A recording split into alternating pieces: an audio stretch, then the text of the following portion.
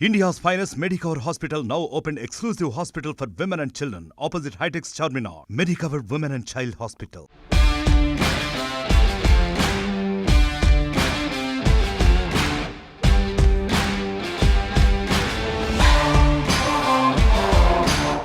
నమస్తే, welcome to RTV.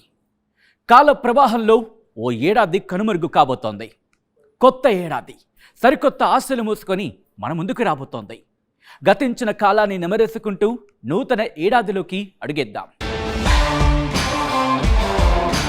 Narendra Modi షార్ట్కట్లో నమో, ఈ రెండు అక్షరాల చుట్టూనే ఇప్పుడు ఇండియన్ పాలిటిక్స్ చక్కర్లు కొడుతున్నాయి. ఒకప్పుడు బీజేపీ అంటే వాజ్పేయి, అద్వానీ లాంటి నాయకులు కనిపించేవాళ్ళు. కానీ 10 ఏళ్ల వ్యవధిలో ఆ పార్టీ సినారియో మొత్తం మారిపోయింది.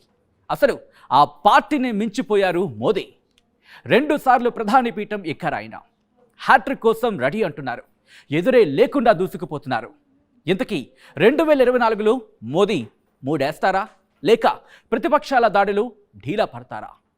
కొత్త ఏడాదిలో మోదీ ముందున్న సవాళ్లు, లక్ష్యాలు ఇప్పుడు చూద్దాం. 2 సార్లు గెలిచారు కాబట్టి మూడోసారి గట్టి పోటీ తప్పదు. మొన్నటిదాకా అందరూ ఇదే మాట అనుకున్నారు. కానీ 5 రాష్ట్రాల ఎన్నికలు ముగిశాక అంతా అవాక్కయ్యారు. 5లో 3 చోట్ల మోదీ మేనియా పనిచేసింది. అధికార పీఠంపై కమలం పార్టీ పాగా వేసింది. ఇదే జోష్తో కేంద్రంలోనూ హ్యాట్రిక్ కొడతామంటోంది బీజేపీ. కానీ మోదీకి ముకుతాడు వేస్తామంటున్నాయి విపక్షాలు. మరి 2024 నమోకి సలాం కొడుతుందా, లేక సవాల్ విసురుతుందా?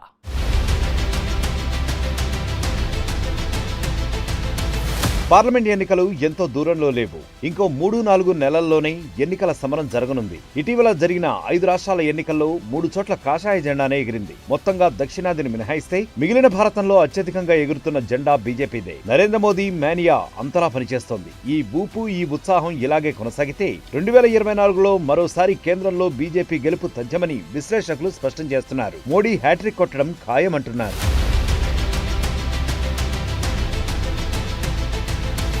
అయితే అసెంబ్లీ ఎన్నికలతో పార్లమెంట్ ఎన్నికలని పోల్చి చూడలేము. ఆయా రాష్ట్రాల్లో ప్రభుత్వ వ్యతిరేకత పనిచేసి బీజేపీ గెలిచి ఉండొచ్చు. కానీ కేంద్రంలో ప్రభుత్వాన్ని నడిపిస్తోంది బీజేపీ. మరి ఇక్కడ ప్రభుత్వ వ్యతిరేకత పనిచేస్తే కమలానికి తిరోగమనం మొదలవుతుంది. ఎందుకంటే 2018లో మధ్యప్రదేశ్, ఛత్తీస్గఢ్, రాజస్థాన్ రాష్ట్రాల అసెంబ్లీ ఎన్నికల్లో బీజేపీ ఓడిపోయింది. కానీ వెంటనే జరిగిన పార్లమెంట్ ఎన్నికల్లో మాత్రం దేశమంతా మోడీ గాలి వీచింది. ఇప్పుడు అవే రాష్ట్రాల్లో ఆ పార్టీ గెలిచింది. దీంతో రివర్స్ స్ట్రాటజీ పనిచేసే అవకాశం లేకపోలేదంటున్నారు పలువురు.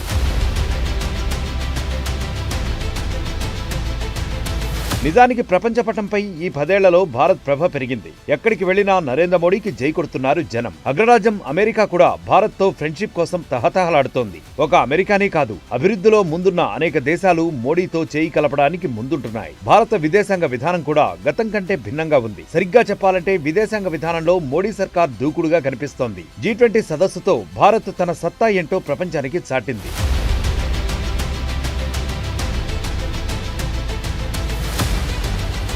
ఒక్క G20 సదస్సే కాదు, విదేశాల్లోనూ మోడీకి నీరాజనం పడుతున్నాయి అక్కడి ప్రభుత్వాలు. అందుకే గత 10 ఏళ్లలో భారత్ చేపట్టిన విదేశాంగ విధానం ఖచ్చితంగా చరిత్రలో నిలిచిపోయేది. రష్యా యుక్రెయిన్ యుద్ధం సమయంలో యూరోపియన్ దేశాలని లెక్క చేయకుండా రష్యా నుంచి చమురు కొనుగోలు చేసింది భారత్. ఇజ్రాయెల్ పాలస్తీనా గొడవలో పూర్తిగా ఎటూ మొగ్గకుండా తటస్థంగా నిలబడే ప్రయత్నం చేసింది. దేశం ఆర్థికంగా బలంగా మారాలంటే విదేశీ విధానం పటిష్టంగా మార్చాలన్న సూత్రాన్ని అక్షరాలా అమలు చేశారు మోడీ. అదే జనంలో జాతీయ భావం పెంపొందేలా చేసింది. అయితే ప్రపంచ వ్యాప్తంగా జాతీయ భావం చాలా చోట్ల ఉన్నా భారత్ లో మాత్రం ఓట్ల రూపంలో వ్యక్తమవుతోంది. అయితే దీని ప్రభావం 2024లో కూడా ఉంటుందా అనేదే ప్రశ్న.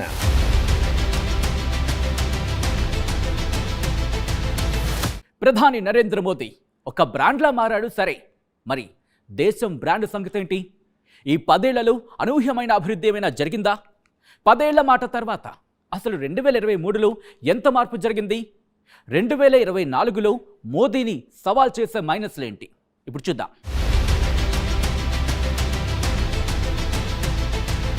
మోడీ హయాంలో దేశం వెలిగిపోతుంది అన్నది పూర్తి వాస్తవం కాదు. G20 సదస్సే ఇందుకు సరైన ఉదాహరణ. ఆ సదస్సుని ప్రపంచం నివ్వెరపోయేలా ఢిల్లీలో నిర్వహించింది మోడీ ప్రభుత్వం. అదే సమయంలో ఢిల్లీలో మురికివాడలు పేదరికం కనబడకుండా కవర్ చేసుకునేందుకు తెగ తిప్పలు పడ్డారు. కొన్ని మురికివాడల్లోని జనాన్ని ఉన్నపళంగా అక్కడి నుంచి తరలించారు. కొన్ని చోట్ల పేదలు నివసించే ప్రాంతాలు కనిపించకుండా G20 బ్యానర్లు కప్పారు. ఇదంతా ప్రపంచం చూసింది. మణిపూర్లో నెలల తరబడి జరిగిన హింస ప్రపంచాన్ని మొత్తం కంటతడి పెట్టించింది. కానీ ప్రధాని మోడీలో మాత్రం చలనం తెప్పించలేకపోయింది. వందల మంది చనిపోయినా, స్త్రీల మీద అత్యాచారాలు సాగినా ప్రధాని నుంచి పలకరింత కూడా కరువైపోయింది. చివరికి సుప్రీంకోర్టు హెచ్చరికల తర్వాతే తూతూ మంత్రంగా మోడీ మాట్లాడారు. ఇది ఈశాన్య భారతంతో పాటు అన్ని రాష్ట్రాల్లో విద్యావంతులపై కాస్తంత ప్రభావం చూపించే అంశమే.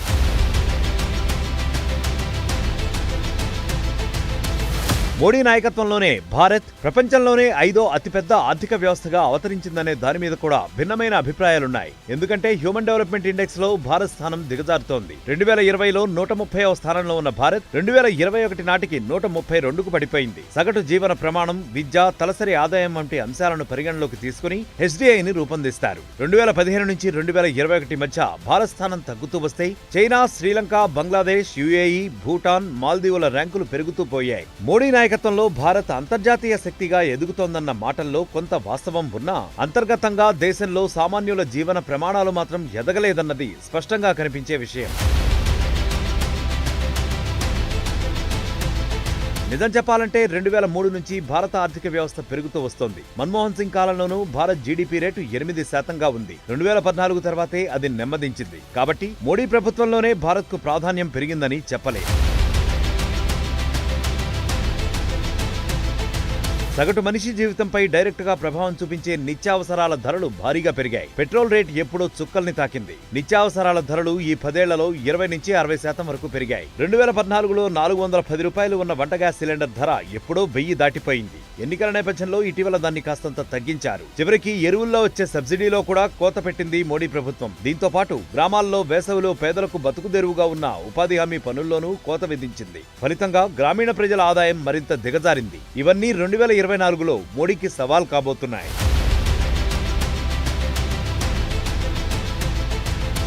నరేంద్రుడి మైనస్లలో మరొకటి ఆయన వయస్సు. ఎందుకంటే కర్ణాటక ఎన్నికల్లో 70 ఏళ్ల వయస్సుని కటాఫ్ గా పెట్టింది బీజేపీ. చాలా మంది సీనియర్లు దానివల్ల ఎన్నికల్లో పోటీ కూడా చేయలేదు. మరి మోడీ వయస్సు 73 ఏళ్లు. అందరికీ ఒక లెక్క, తనకి ఇంకో లెక్క అంటే పార్టీ కార్యకర్తలంతా ఊరుకుంటారా? ఓటర్లు ఓకే అంటారా?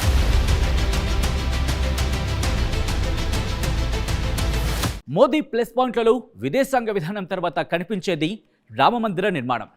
బీజేపీ ఎదుగుదలలో కీలక పాత్ర పోషించిన నినాదం రామమందిరం. అలాంటిది ఇప్పుడు ఆలయం పూర్తి కావచ్చింది. ఇంకొద్ది రోజుల్లోని అయోధ్య రాముడు పూజలు అందుకోబోతున్నాడు. మరి మోదీ మైనస్లని మందిరం ఎంతవరకు కవర్ చేస్తుంది?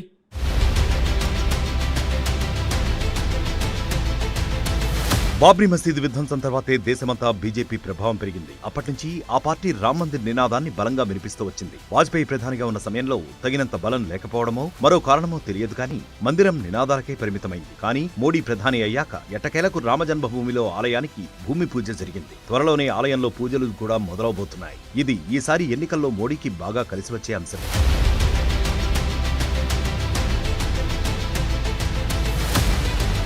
రామజన్మభూమి అనేది ఉత్తర భారతదేశంతో పాటు దక్షిణాదిలో కూడా ప్రభావం చూపించే అంశం. ఇప్పటికే ఈ అంశాన్ని ప్రజల్లో బలంగా తీసుకెళ్లాలని ఢిల్లీలో జరిగిన పదాధికారుల సమావేశంలో నేతలకు సూచించారు మోడీ. మరి దీనిని బీజేపీ నేతలు ప్రచారాస్త్రంగా ఎలా వాడుకుంటారు అనేది కీలకంశం. రామమందిర నిర్మాణం అనేదాన్ని మేము రాజకీయాలకు అతీతంగా చూస్తాం. రామమందిర నిర్మాణం భారతీయ జనతా పార్టీ ఓట్ల కోసమో సీట్ల కోసమో చేసేటువంటిది కాదు. 2014లో రామాలయ నిర్మాణం జరగలే. మేము అప్పుడు మా మేనిఫెస్టోలో పెట్టినాం, అంతకంటే ముందు పెట్టినాము. ఆ తర్వాత జరిగిన మొన్నటి 2019 పార్లమెంట్ ఎన్నికల్లోనూ మా మేనిఫెస్టోలో రామాలయ నిర్మాణం అనేటువంటిది ఉన్నది.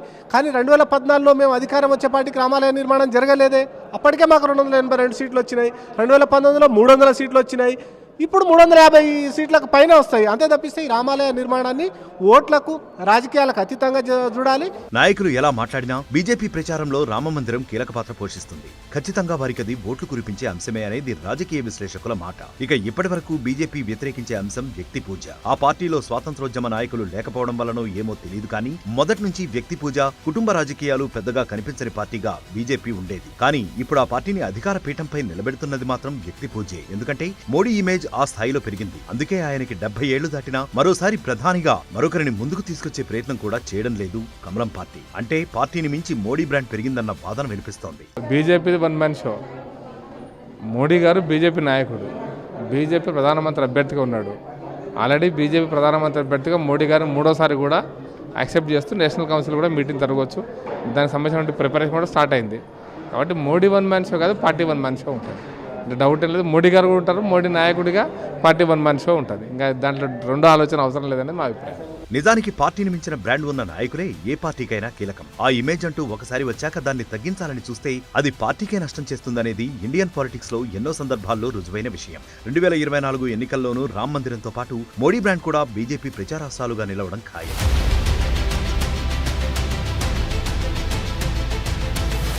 ఇక బీజేపీ వర్సెస్ సౌత్ ఇండియా. అసలు బీజేపీ అంటేనే ఇదేదో మనకు సంబంధించిన వ్యవహారం కాదులే అనుకునే పరిస్థితి దక్షిణ భారతదేశంలో ఉంది. కేరళ, తమిళనాడు, ఏపీల్లో ఈ పరిస్థితి స్పష్టంగా కనిపిస్తుంది. తెలంగాణలోనూ దాదాపు ఇదే సిచ్యువేషన్. కర్ణాటకలో మాత్రమే కమలానికి పట్టుంది. గత అసెంబ్లీ ఎన్నికల్లో ఓడి అక్కడ ప్రతిపక్షంలోనే ఉంది కమలం పార్టీ. మరి మోదీ మానియా సౌత్కి ప్రవహిస్తుందా? 2024లో అయినా ఇక్కడ కాషాయ జెండా ఎగురుతుందా?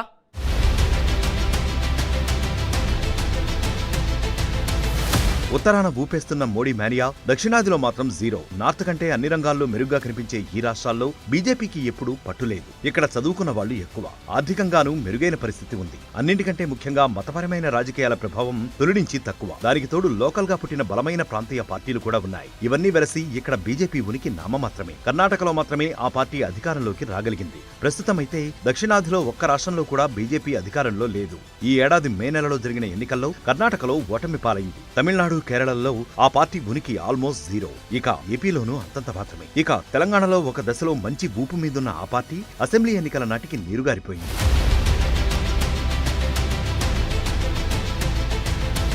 మోడీ 10 ఏళ్ల పాలనలోనూ దక్షిణాది ఓటర్లని ఆకట్టుకునేందుకు చేసింది పెద్దగా ఏమీ లేదు. పైగా కేంద్రం దక్షిణాది రాష్ట్రాలని చిన్నచూపు చూస్తుందన్న వాదన ఇక్కడి జనాల్లో బలంగా ఉంది. కేంద్రానికి ఇక్కడి నుంచి వెళ్తున్న పన్నులు చాలా ఎక్కువ, కానీ కేంద్రం నుంచి ఈ రాష్ట్రాల అభివృద్ధి కోసం వచ్చే నిధులు చాలా తక్కువ అన్నది స్పష్టంగా కనిపించే విషయమే. దీనిపై ఇక్కడి బీజేపీ నేతలు కూడా కేంద్రాన్ని నిలదీసిన దాఖలాలంటూ లేవు. పైగా అమిత్ షా లాంటి వాళ్లు హిందీ జాతీయ భాష అంటూ చేసిన వ్యాఖ్యలు ఆ పార్టీపై మరింత వ్యతిరేకతను పెంచుతున్నాయి.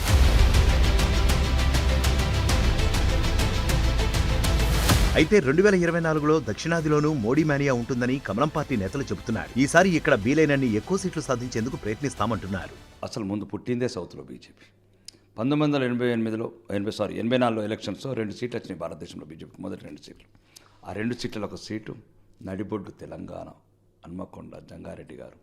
కాబట్టి మీరు గమనించాల్సిన విషయం, తెలంగాణ భూమిలోనే ఉంది ధర్మం, తెలంగాణ భూమిలోనే ఉంది దేశ ప్రేమ. కాబట్టి అది అపోహ. మధ్యాహ్న కొన్ని అది ఒడుకుదొడుకులు ఉంటాయి ప్రతి ప్రయాణంలో. ఈరోజు కర్ణాటకలో కూడా మళ్ళీ బలపడ్డాము. అదొక మోసపూరిత వాగ్దానాలు. మాకున్న ఇప్పుడున్న సర్వేస్ ప్రకారం కావచ్చు, పబ్లిక్ పల్స్ ప్రకారం కావచ్చు, సుమారు 2 అంకెల సీటు సాధిస్తామని ఘంటాపథంగా చెప్పగలను.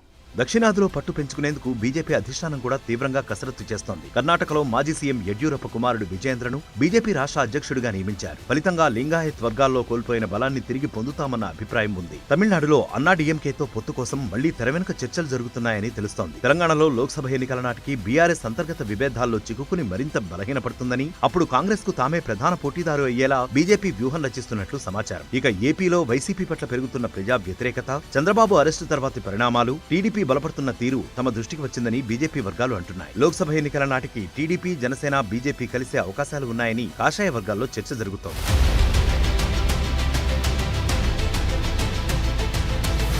ఏది ఏమైనా సౌత్ లో బీజేపీ పొత్తులపై మాత్రమే ఆధారపడక తప్పని పరిస్థితి. తమిళనాడు, కర్ణాటక, కేరళ, ఆంధ్రప్రదేశ్, తెలంగాణ, పుదుచ్చేరి సహా మొత్తం 130 లోక్సభ సీట్లు ఉన్నాయి. లోక్సభలో ఉన్న మొత్తం 543 స్థానాల్లో ఇది 4వ వంతు. 2014లో మోడీ తొలిసారి ప్రధాని అయినప్పుడు దక్షిణాది నుంచి బీజేపీ కేవలం 21 సీట్లు మాత్రమే గెలిచింది. దేశం మొత్తం మీద బీజేపీ సాధించిన సీట్లలో ఆ పార్టీ దక్షిణాది నుంచి గెలిచిన సీట్ల శాతం కేవలం 7%. 2019లో కూడా బీజేపీ రికార్డు స్థాయిలో లోక్సభ సీట్లు సాధించినా కర్ణాటకలో మాత్రమే చెప్పుకోదగ్గ సీట్లు పొందింది. ఇక్కడ మొత్తం 28 సీట్లకు గాను 25 స్థానాలు గెలిచింది. దీని తరువాత తమిళనాడులో 1 సీటు గెలుచుకుంది. తెలంగాణలో 4 స్థానాలు గెలుచుకుంది. ఆంధ్రప్రదేశ్, కేరళలో ఆ పార్టీ ఖాతా కూడా తెరవలేదు. ఇలాంటి పరిస్థితుల్లో 2024లో మోడీ దక్షిణాది నుంచి ఎన్ని సీట్లు గెలిపిస్తారనేది ఆసక్తి రేపే అంశమే.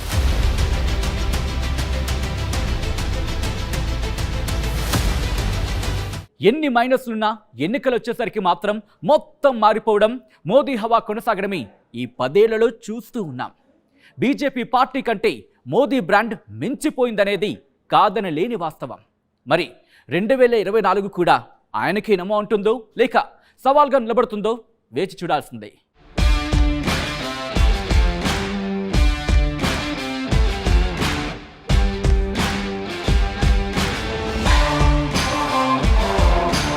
మరిన్ని వీడియోస్ కోసం ఛానల్ ని సబ్స్క్రైబ్ చేయండి. లేటెస్ట్ అప్డేట్స్ కోసం వాట్సాప్ ఛానల్ ని ఫాలో చేయండి. అండ్ లింక్ డిస్క్రిప్షన్ లో ఉంది.